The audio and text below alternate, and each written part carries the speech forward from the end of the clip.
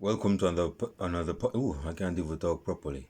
Welcome to another podcast of the current situation at Manchester United. In this video, I'm going to dive deep into how far we can go into the Champions League and how we can perform. Who's going to start tomorrow against Galatasaray. So I'll be covering how far we go in the Champions League and the preview for the UCL game against Galatasaray at home. Now, it doesn't take far to figure out, that we are not at a good place right now, whether it's in moral, whether it's in performance, whether it's in, current state of form. The current situation of Manchester United is that we need to improve, we need to perform. We're in the Champions League and there is no way we can get knocked out of the group stage. That's going to be very embarrassing. It doesn't sound like prime Manchester United. It's not vintage Manchester United by a mile. So we cannot be getting knocked out by the personnels in our group. We cannot be doing that. Isn't me? I'm not saying that they're a small side, but given Manchester United's status and the players we have in our squad, we should be good enough to advance to the knockout rounds. Now, all of this, as I've said in a previous video, is that we need to everything hug the manager for now. Although I'm still everything hug in because I believe that he come good. Call me deluded, I'll put mine out there. But the manager needs to flex the muscle of the squad. He needs to know which league to prioritize. The Champions League, the Premier League, we ain't go say the Sponge League Cup, that is the League Cup. But these heavyweights, the Champions League and the Premier League, the squad that we do have, although there's some personnel that are crucial in our squad, like Martinez, that is out for 2-3 months. That is a big drawback. Luke Shaw is out with injury. Wan-Bissaka is out with injury. I'm pretty sure there's a few more. Varane is made out of French glass, so he's not really heavily dependable on in the long term. We know that at some point, either one, he cannot play a full 90 minutes, or he's gonna get an injury. It's just inevitable. Just plan to watch to it. It's gonna happen. So given the squad that we have, some persons are coming back from injury, Armorbat, Mason Mount. We have a decent squad to win tomorrow. We have a decent squad to actually go through the group stage, right? So everything needs to know when to use these players, which players to prioritize in the Champions League, what type of football to play. Because again, I'm questioning the playing style, the style of play. The style of play is crucial. We cannot just be playing free flowing football. This is not vibes football at Manchester United. If you look at the top tier managers in football right now, you look at even Ange Postecoglou of Tottenham Hotspurs. Couple months he's been at the club, or 4 months, and they're playing ball. Arsenal, they're doing their stuff. Although Arteta is not no top tier manager, but he still have Arsenal still playing some good decent football. You look at Pep Guardiola, of course, as a cliche. So the point is that all of these managers have an implemented style of play. Even if it's not to the T of his, you can see what they're trying to do with the squad that they have. Everything is like the black duckling that is just an outlier. Like there is no self play to him. Bro, I am everything in, but if you lose tomorrow and the next couple games, I'm going to question your judgment with the squad, because obviously you're not it, and it's showing right now. I should be everything out right now, but you're on grace period with me right now, and you have to prove to me that you know how to grab the squad by the horns, or you grab it like this, right? And you know what to do with a squad. Not to play your favorites, that is Rashford and Bruno Fernandes, because we see that when you bench those two last week, Tuesday in the League Cup, when we won against Crystal Palace in the League Cup 2-0 or 3-0 or 4-0, which one? We saw that we played better football without them. But if we played them, we can't retain the ball more than 10 seconds. Which I thought you wanted to play possession-based football. So if you want to play possession-based football, impose your style of play will on the players. If they're not good enough, leave them out. That's what you do as a manager. You don't curl up and say, well, the players are not good enough, so I have to adjust my philosophy. I have to use the LVG. Man, what's with this darkness? You have to use this LVG term, this philosophy. Yeah. Some of the players are not to my philosophy. Let them get used to your philosophy or get the hell out of here. So in January, that is what's necessary for a top tier manager to do. You have a squad that's good enough to go through this group stage. We have what? Seven? How much points we have? 6 points in the Premier League and we lost 4 games already out of 7 games. We can be doing that, man. That is a top tier manager, top tier form, man. So anyway, how far can we go in the Champions League?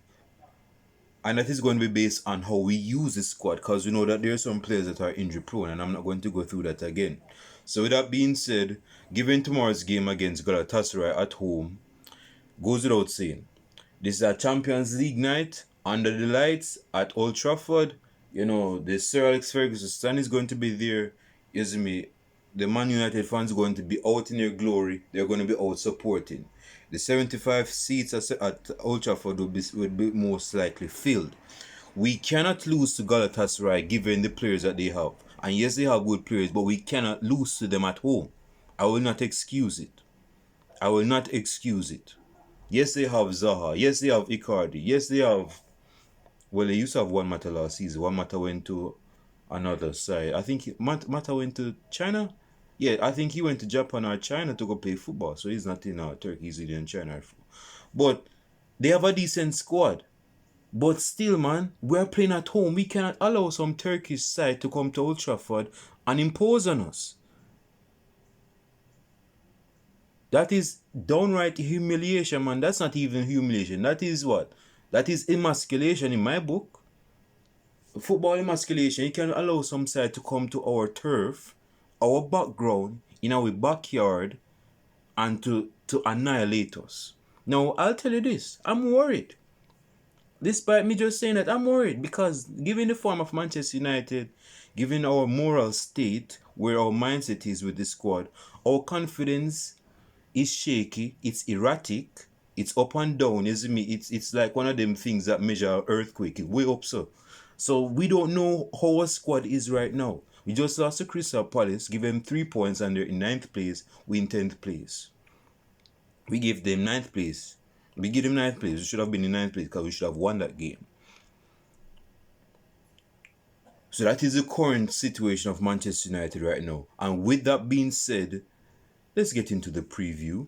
So like as I was saying, Galatasaray, yeah, they have a decent side, but we're still good enough to go beat them ass. We can still skin them.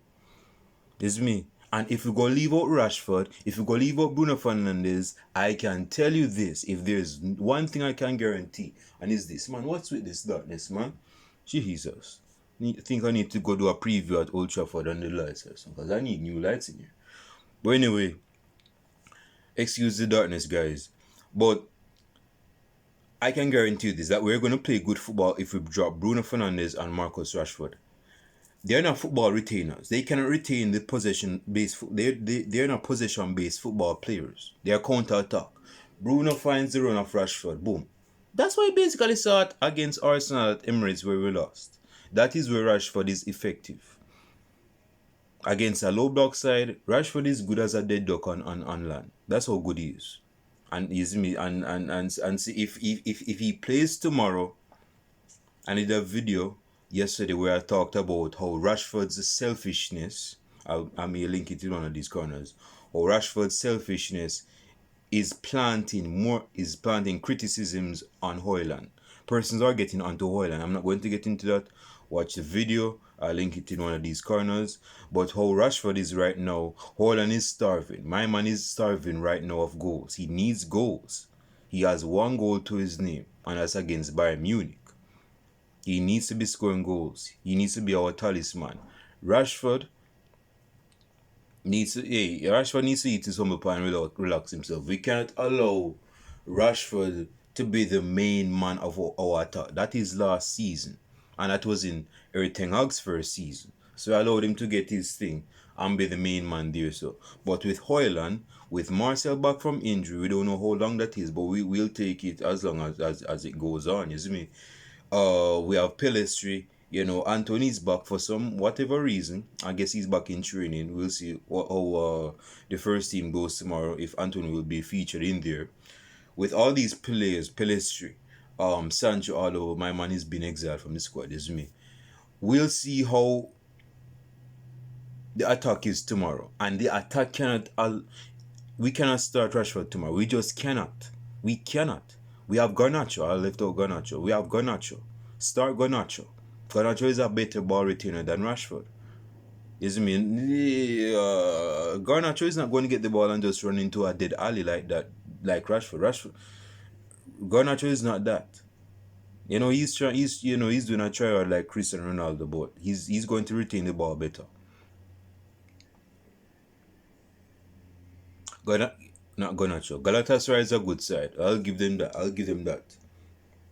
Is me, and one thing I can give them is that they have been consistent in being in the Champions League, although they have not come close winning the Champions League. They have had players over the years, man.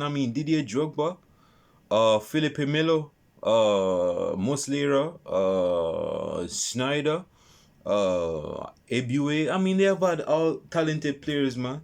I think they had Ozil at one point. Is it Beneface or Galatasaray? One out of the two. Yeah, man, them have decent players, man. But they have Zaha, they have Icardi right now, and they have a couple of good players that can hurt us. So we need to be very defensive, strong defensively. My English is so bad. It's me. We have to be strong defensively. We have to be in one accord because, again, Martinez ain't starting tomorrow. He's out with injury.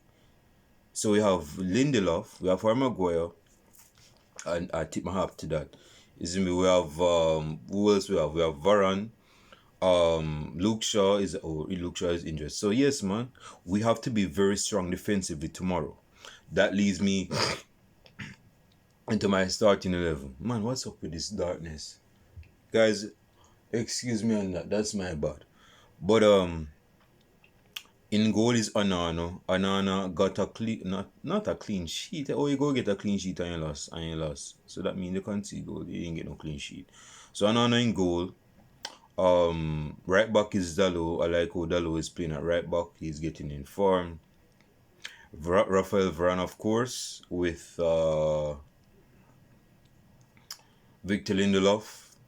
We cannot have Maguire, man. We don't want any humiliation at Old Trafford. We can't have it. Left back. I'm not sure if Reguilon is back from injury. I'm not sure if he's back from injury. No, I don't believe he's back from injury. So we're going to see that inverted left back scenario, dilemma again. Not dilemma, but scenario again with Amrabat at left back. My problem with Amrabat, as I mentioned in my last video or 2 videos ago, is that he's not a left back naturally, and actually the clash that he had with Ayo on the right wing is what led to Crystal Palace goal against us, because he made a challenge, isn't me? So he has. I'm sure I know he's a not defensive, but I know that he's an aggressive midfielder when he loves to clash into tackles. He's that's his style of play, but he needs to be very tactful in these challenges. We can't allow silly fouls to be given against us. We just cannot. You see me? So I'll have him at left back, inverted left back. He's gonna drift in midfield and do his thing, of course. In the actual midfield, we have Casemiro starting, our best midfielder this season, our best player this season, and his bridging playing midfield. In midfield, I'll have let's be realistic. Let's be in the mind of a bald-headed Erik ten Hag, although we may not want him to start. Going with Casemiro and man, what the hold on, cause this is getting to me right now. How is it going to be dark and I'm just under the light? That's madness, man. I've never seen. Anyway, taking me off, man. So yeah, I'm having Casemiro. I'm having Casemiro in the midfield with Scott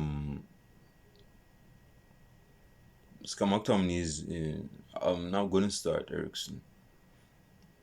I'm going to. Hey, Eric Tangle is stubborn, so I'm gonna stick with Eric. Oh, okay. There's that. Jesus, and here you go again. Anyway, Casemiro, Mason Mount, and Bruno Fernandes. Dude, I'm not picking this side because I want this side to start, but I'm being realistic enough to know that Ertang is gonna stick with his stubborn ways and still pick this squad. Still pick these persons to start. So Bruno Fernandes as the number 10, Casemiro in the midfield, with Mason Mount.